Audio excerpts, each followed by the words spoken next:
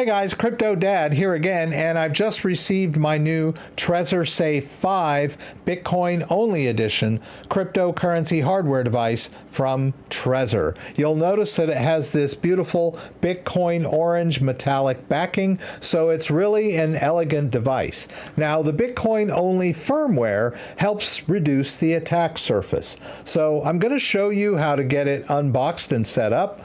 We'll record our seed phrase, the new 20-word seed phrase. That's the new SLIP 39 protocol from Satoshi Labs.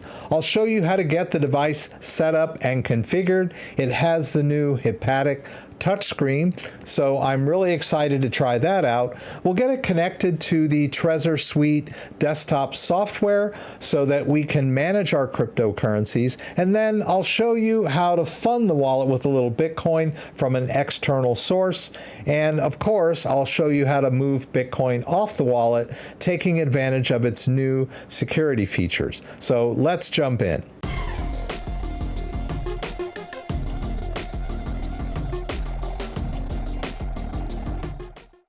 All right, so let's go ahead and get it open.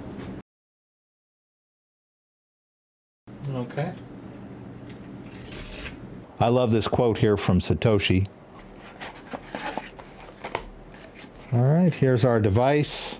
As I mentioned, it's really an elegant device. I love this Bitcoin orange metallic backing. And then there's a tamper-proof seal on the device itself. So keep in mind that the device does employ a secure element chip with a cryptographic genuine check or an integrity check that ensures that it hasn't been tampered with. So the tamper-proof tape is just another redundancy on top of that. Now I noticed that the wording stuck a little bit. All right, that backing came off pretty easy with a little Clorox wipe. Okay, so you'll notice that it comes with a cable. It's a pretty standard USB-C to USB-C cable. I find it a little bit short for my uses, but it's perfect for a laptop. So you can use any standard USB-C cable that works for you. Just make sure that it has a USB-C connector on one end of it for your device. Right, there's some instructions in here. Set up some great stickers here. Love these stickers. And then they do give you some backup cards. So you'll notice here that it does have a 20-word card, and there's a place here for your device name and PIN if you wish to record your PIN along with this seed phrase. You can use the cards that came with the device if you want to. I prefer to write mine down on a sheet of paper. Notice here that I've written down the name of the device and the date so that I don't get it mixed up with other seed phrases that I may have written down around the house. Of course, the ultimate way to record your 20-word seed phrase is with the Trezor Key Metal. This is a metal medium that you can use for recording your seed phrase that's waterproof, fireproof, cold-proof, fade-proof, much more robust than a piece of paper. I'll do a separate video on using this, but if you're just getting started, you can start off with a piece of paper and then transfer it over to something like this when you have the time. In today's case, I'm just going to focus on getting the seed phrase recorded. Doesn't matter how you record it, it's up to you. Just make sure that you don't lose it and that you don't reveal it to anyone else, no matter what. A lot of people get scammed by being asked to reveal their seed phrase. Please do never reveal your seed phrase to anyone. So the instructions here direct us over to the Trezor Suite software. So I'll go ahead and get that going. So you'll just head over to Trezor.io to get this setup started. I should mention that they do have a new one-on-one video support service called Kickstart with Trezor Expert. You might be interested in that. It's a great way to have someone kind of walk you through the setup. That's an expert from Trezor. It's a one-time $79 fee.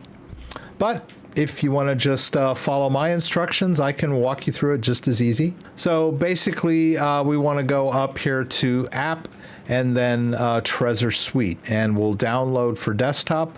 There are several versions here, depending on your platform. If you've got Linux or Apple.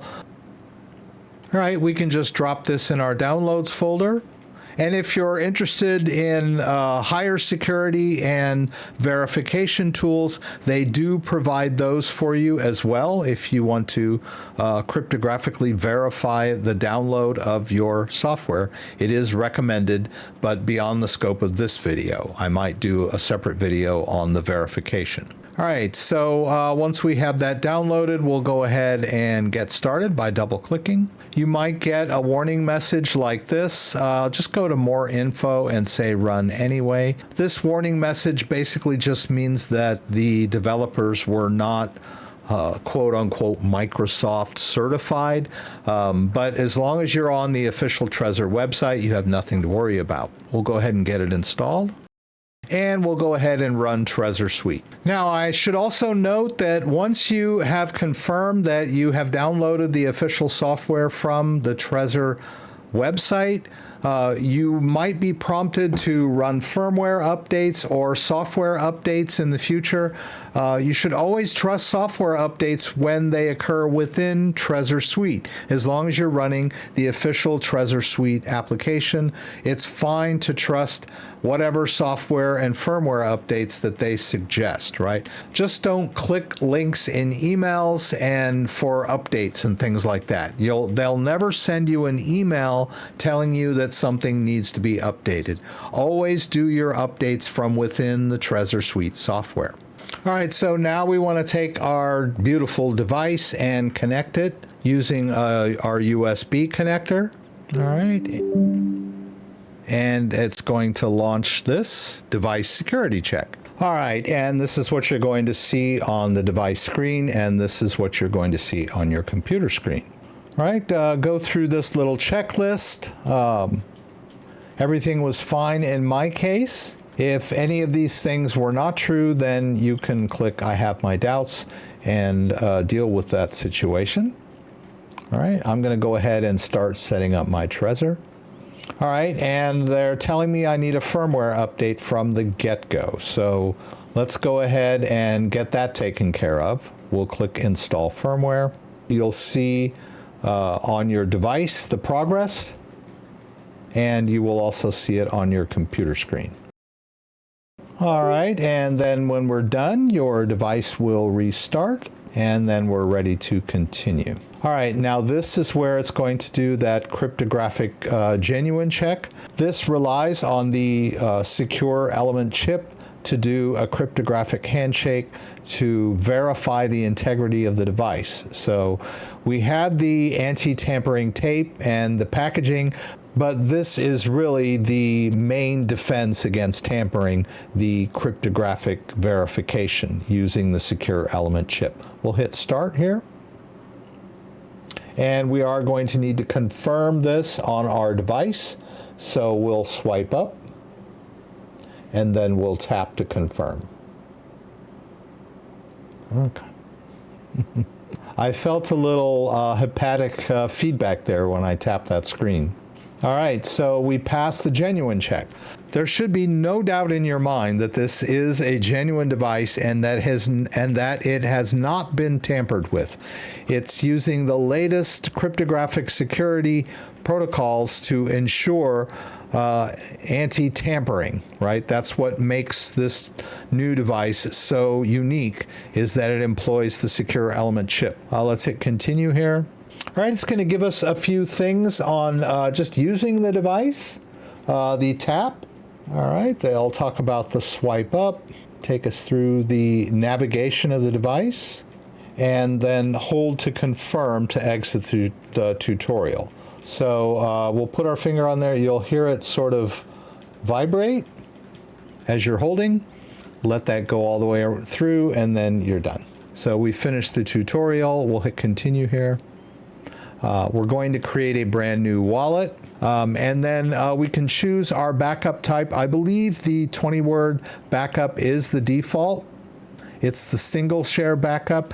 What's really nice about this 20-word backup is not only is it a much better protocol, the words are more distinct. It's, it reduces the risk of you misreading the word or writing the word down wrong because they are more distinct, but it's also compatible with the multi-share backup, and you can convert your single share backup to a multi-share backup down the road.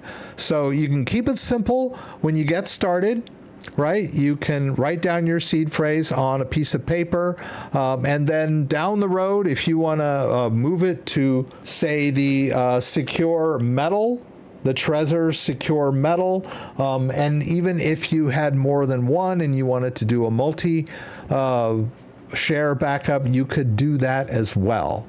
So pretty cool. I'm going to start off with the single share backup, and then I'll choose Create Wallet. All right, and then it wants us to swipe up and hold to confirm.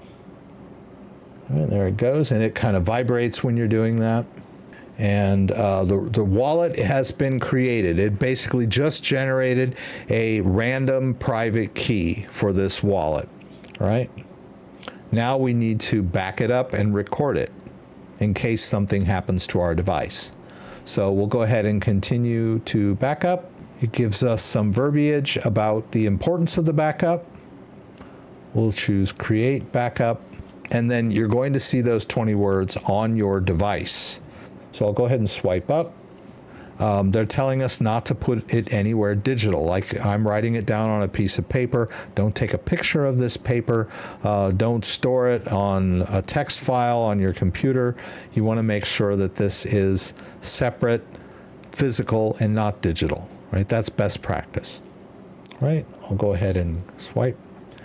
We're going to write these words down in order. Make sure you number your words. The order is very important. You might also see some repeated words in your seed phrase. It's possible not every seed phrase will have repeated words. Some will, some won't, but don't worry if you see a repeated word. So I'm going to go ahead and write down these words.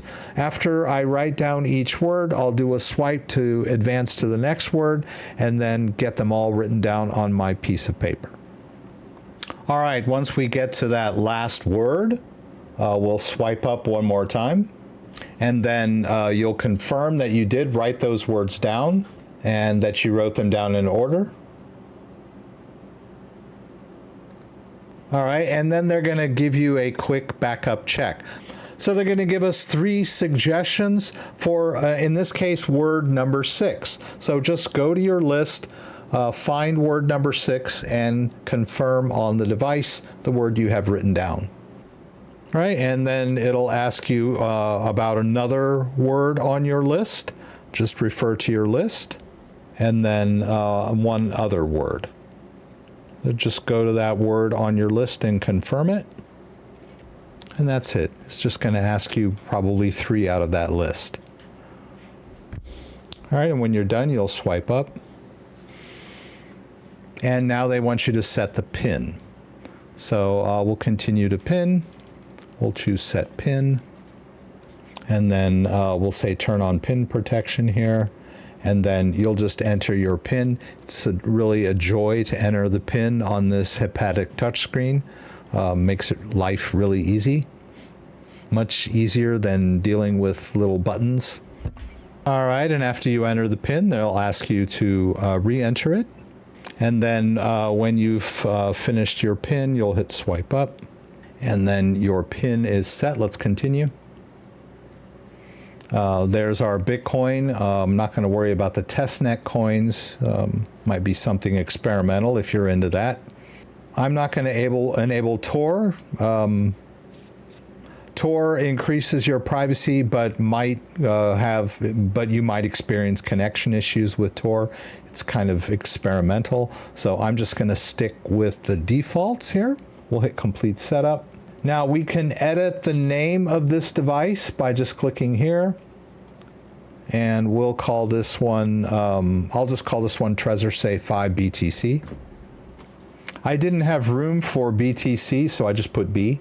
But you can name this whatever you want, whatever makes it unique for you.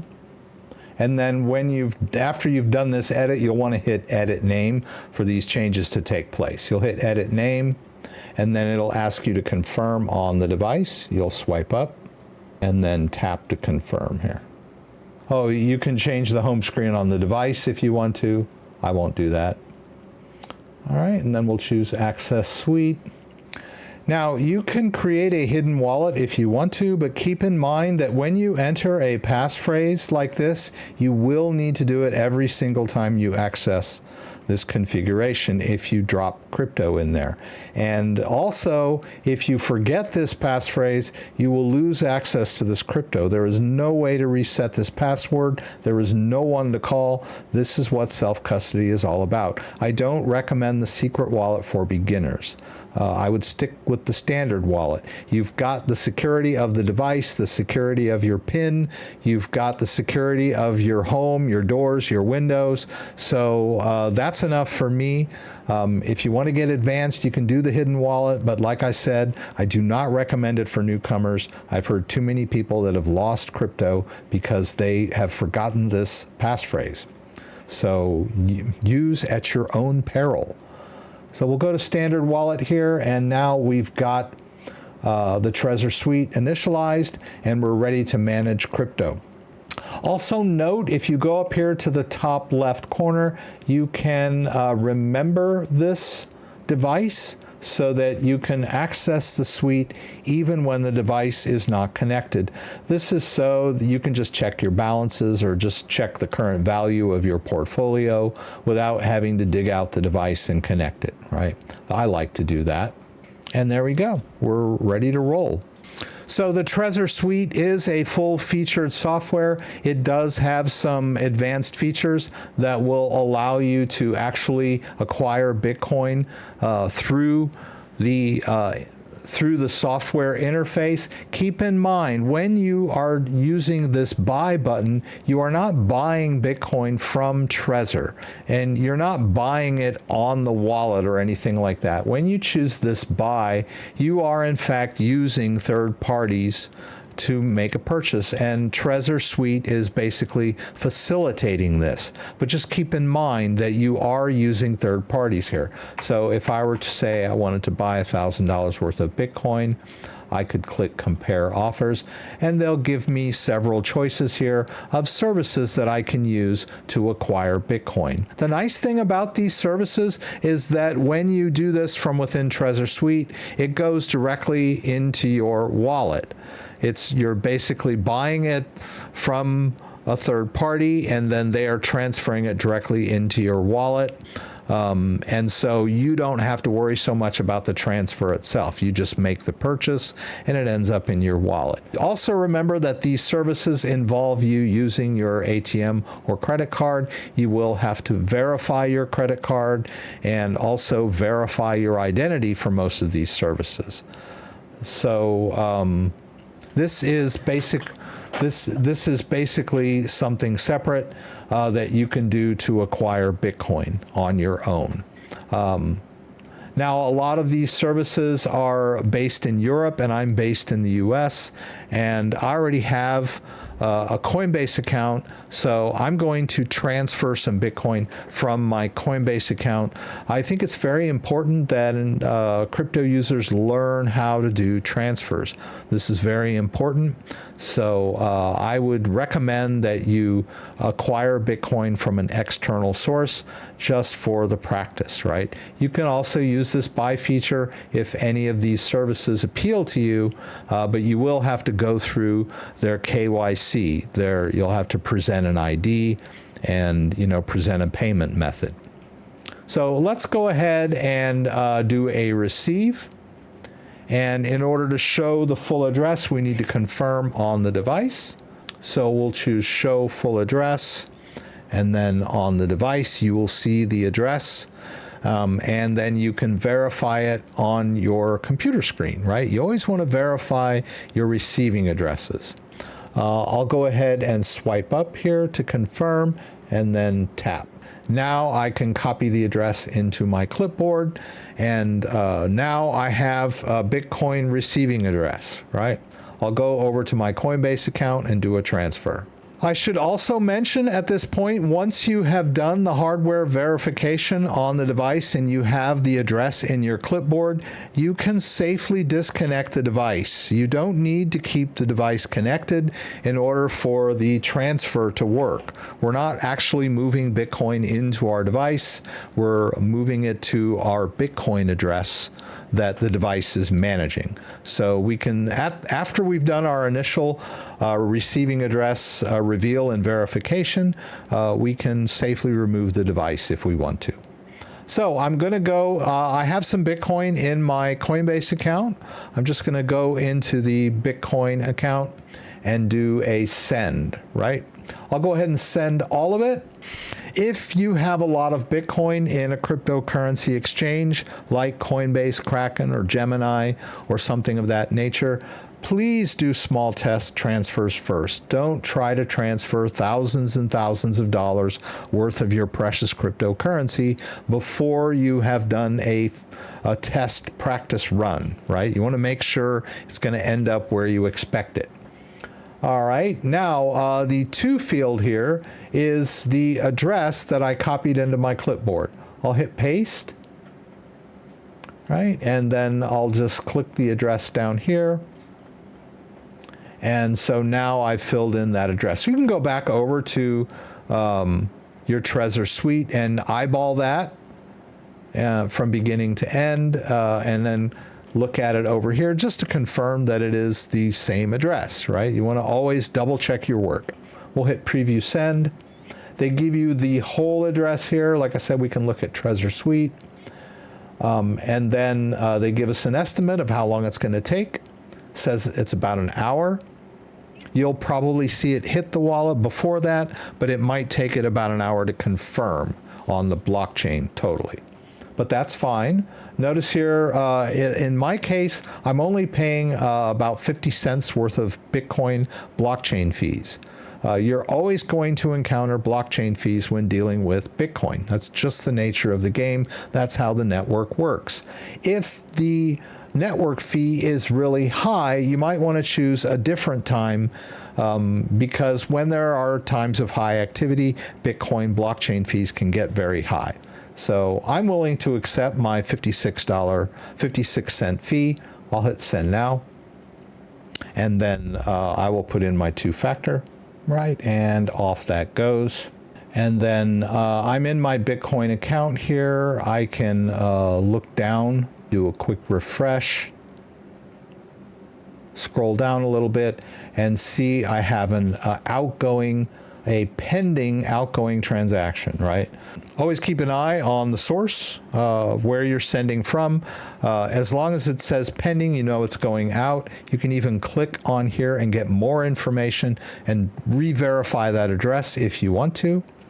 And then just go over to Trezor Suite. You can dismiss this and then just kind of go back to the main account screen. And you can see that Bitcoin has hit my wallet almost instantaneously. But if we scroll down a little bit to the incoming transaction, you can see that it is still pending. It's not completely verified on the blockchain, but that's fine. It just means that we can't spend it. We can't send it out. We're going to have to wait till it totally confirms before we can send it out. So I'm going to go ahead and do that, and then I will demonstrate how to move the crypto out of the wallet using the security features of this great device. Okay, and now you can see in my Trezor Suite that the Bitcoin is fully received now, has been totally confirmed on the blockchain, and so now we have full control of the Bitcoin. Not only is it in our wallet, but we have the ability to send it back out again. So I'm going to send this Bitcoin out of the wallet so that you can see how we confirm transactions using our device. This is the ultimate security of a hardware device. it allows you, it basically allows you to sign transactions so that you and only you have control of this Bitcoin address. So let's go ahead and do an outgoing transaction. Well, the first thing I'm going to need is a destination, right? Where am I going to send this Bitcoin? I'll go ahead and send it back to Coinbase.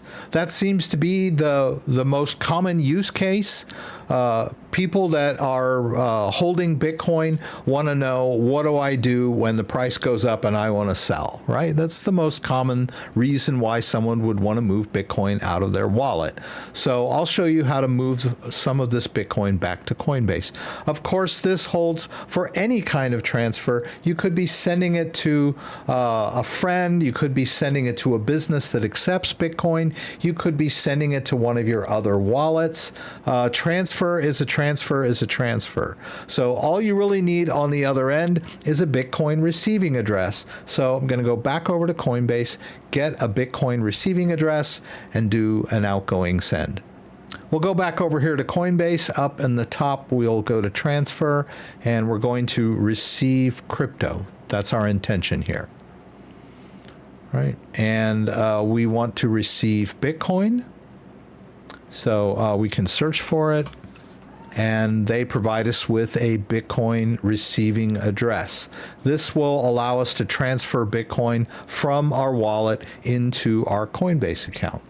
Coinbase maintains separate wallets for all their users. This is my Bitcoin address for my Coinbase account. So I've copied that into my clipboard. We'll go back over here to Trezor Suite. I need to enter my PIN. Your device may have gone to sleep. All right, and once we've woken the device up, we'll go up here to the top and do a send. And the first question they want to know is where, right? So we could also scan with our webcam if we were doing this onto a phone-based app or something of that nature, but I already have the address in my clipboard. I'll just paste it in here, right? And then I can also go back and forth and just double check that address, make sure it's correct, right? That's very important to double check your work.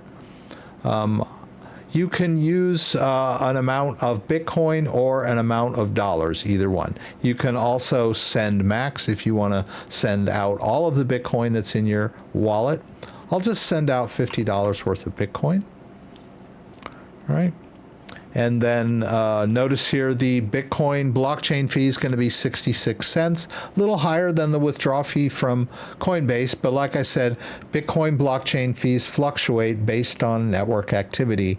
They're not really based on percentages. So if you feel it's too high, then don't do it. Just wait for a different time when the blockchain fees might be cheaper, right?